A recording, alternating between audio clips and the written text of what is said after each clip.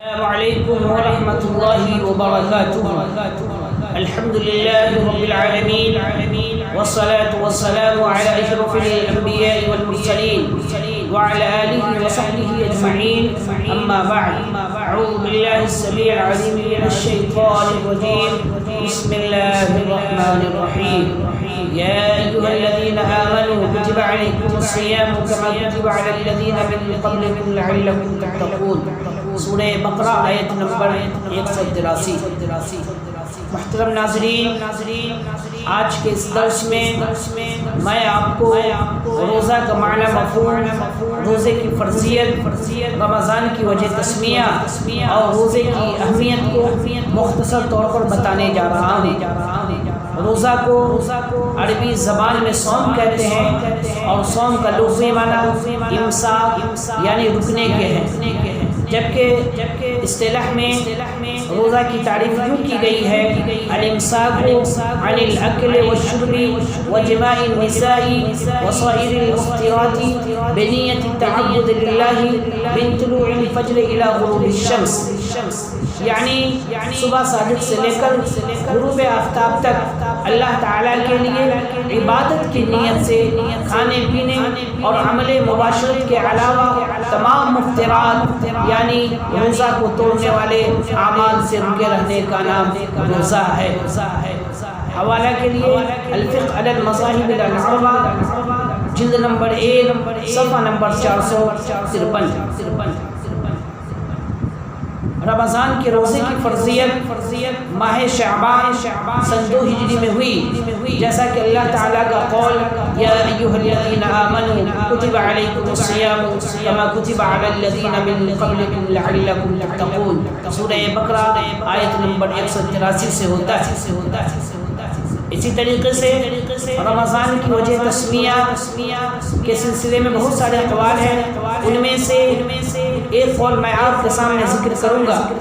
شیخ محمد بن یعقوب فیروز آبادی شیرازی، شیخ فضل بن حسن بن قبری رحمہ اللہ لکھتے ہیں: سمیہ بہ لأنہ یحرق الذنوب، یعنی رمضان کی وجہ تسمیہ یہ ہے کہ یہ مہینہ اللہ تعالی کی رحمت، بخشش اور مغفرت کی کثرت کی وجہ سے مسلمانوں کے گناہوں کو جلا کر ختم کر دیتا ہے، جیسا کہ اللہ کے رسول صلی اللہ علیہ وسلم کی پیاری حدیث ہے۔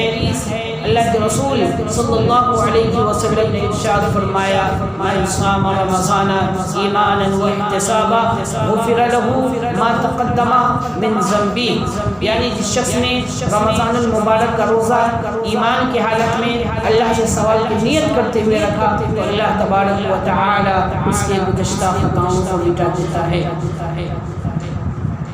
القاموس المحیط، جلد نمبر 2، صفحہ نمبر 330۔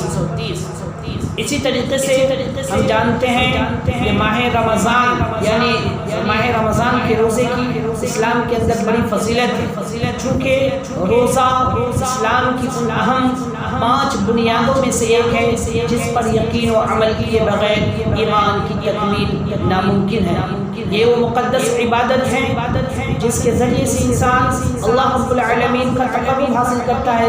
یہ وہ مقدس عمل اور عبادت ہے جس کی کتاب و سنت کے اندر بے شمار فضیلتیں آئی ہیں، جیسا کہ مسلم شریف حدیث نمبر 1151 ہے۔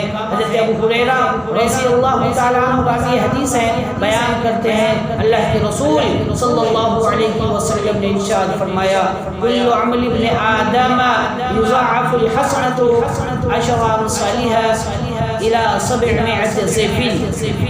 قال الله عز وجل: إلا الصوم فإنه لي وأنا أجزي به، یعنی آدم کے بیٹے کے تمام اچھے اعمال کا ثواب 10 گنا سے لے کر 700 گنا تک کر دیا جاتا ہے۔ اللہ فرماتا ہے، حدیث قدسی ہے، سوائے روزہ کے فإنه لي وأنا أجزي به، یعنی روزہ میرے لیے ہے اور میں اس کا بدلہ اور اس کا اجر ادا کروں گا۔ اللہ تبارک و تعالیٰ نے اس حدیث کے اندر یہ واضح کیا کہ یعنی تمام اچھے اعمال کے ثواب کی ایک حد ہے، لیکن روزہ ایک ایسی عبادت ہے جس کے بارے میں اللہ نے فرمایا کہ اس کا اجر میں اتنا زیادہ دوں گا کہ ایک انسان، ایک بندہ تصور نہیں کر سکتا۔ کیوں؟